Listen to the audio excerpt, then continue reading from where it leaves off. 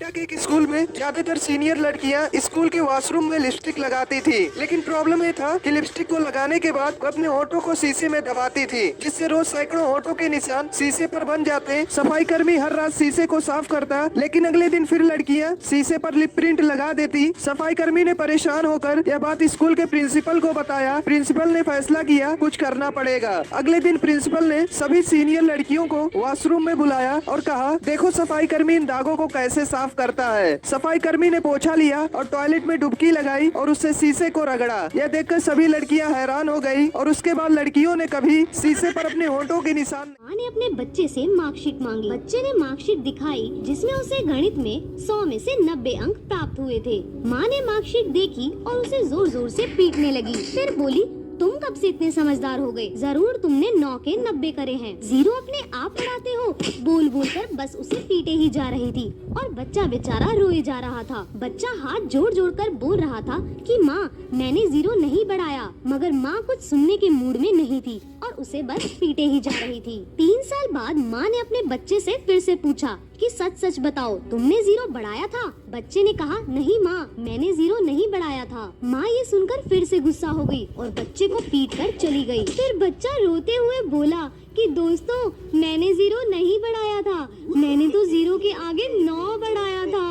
और ये बात दूर खड़ी माँ ने सुन ली और आगे क्या। लड़का मुंबई घूमने गया, वहाँ उसका वॉलेट कहीं गिर गया। लड़का पैसे उधार लेने के लिए अपने मुंबई में रहने वाले 2 दोस्तों के पास गया। एक दोस्त से उसने 1000 का नोट लिया और दूसरे दोस्त से 500 रुपए का नोट लिया, लेकिन फिर उसके 1000 रुपए कहीं गुम हो गए। बचे हुए 500 रुपए में से उसने 300 की शॉपिंग कर ली और बाकी 200 रुपए में से उसने 100 रुपए अपने दोनों दोस्तों को वापस कर दिए। अब लड़का एक दोस्त का 900 रुपए उधार है और दूसरे दोस्त का 400 रुपए उधार है, मतलब 1300 रुपए उधार है। अब बड़े ध्यान से सुनिएगा, लड़का 1300 रुपए उधार है और उसने 300 की शॉपिंग की थी, यानी टोटल हुए 1600 रुपए, लेकिन उसने अपने दोस्त से सिर्फ 1500 रुपए लिए थे। अब सवाल ये है कि 100 रुपए कहाँ से आए? दोस्तों, अगर आपको इसका जवाब पता है तो जरूर बताइए और अगर इसका सही जवाब जानना चाहते हैं तो कमेंट बॉक्स में।